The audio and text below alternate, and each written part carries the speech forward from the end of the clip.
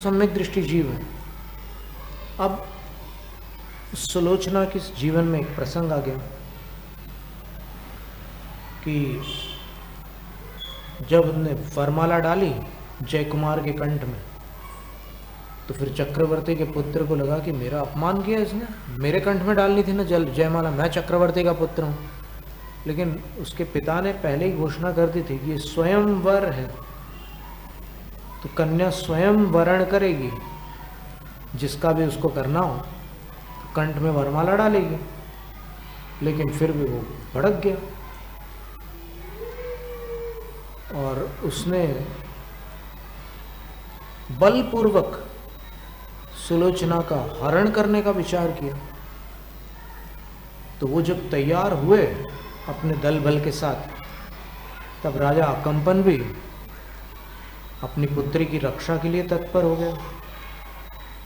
जयकुमार ने कहा कि वरमाला मेरे कंठ में डल चुकी है, इसलिए अब इसकी रक्षा का उत्तरदायित्व मेरे सिर पर है। आप केवल मुझे एक रथ दे दीजिए और मुझे किसी की आवश्यकता नहीं।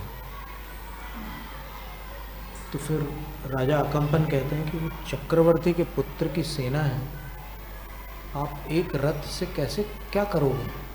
बोले वो आप देखना मैं क्या करूँगा। और न ही सुलोचना को ऐसा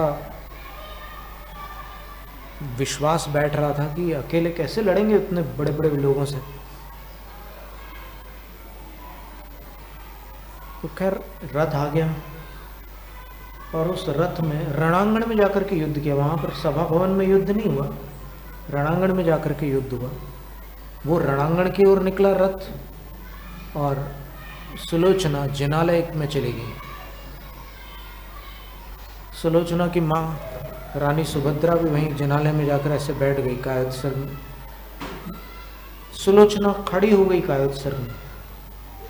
अभी अगर किसी की ये धारणा हो कि माता बहनें खड़े होकर कायोत्सर्ग नहीं कर सकती, तो इस मिथ्या धारणा को अपनी बुद्धि से बहिष्कृत कर दें। ठीक है, किन्हीं संघों में ये नियम हो सकता है, लेकिन ये जिन शासन का कोई आदेश नहीं है कि माताएं बैठ करके कायोत्सर्ग करें। माताएं क्यों ना करें खड़े होकर के, बिल्कुल कर सकती है खड़े होकर। अभी ये उदाहरण है ना सुलोचना सती का। सुलोचना सती ने भगवान को पहले तो बैठकर प्रणाम किया, परिक्रमा लगाई, सब विधियां की। उसके बाद फिर हाथ जोड़ करके भगवान से कहा कि भगवान, जब तक मेरे स्वामी सकुशल नहीं लौट करके आते, मेरे अन्न जल का त्याग है और मैं यहीं पर कायोत्सर्ग कर रही हूँ। खड़े होकर कायोत्सर्ग किया उसने, और जब तक युद्ध चलता रहा तब तक कायोत्सर्ग किया उन्होंने।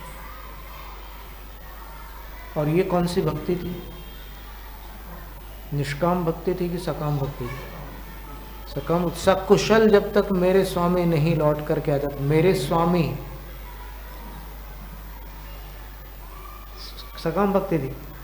फिर वो लौट करके आ गया, जीत करके आ गया, चक्रवर्ती का पुत्र पराजित हो गया।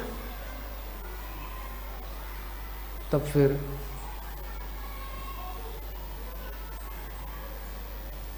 व्यवस्थित हो गया सारा कार्य।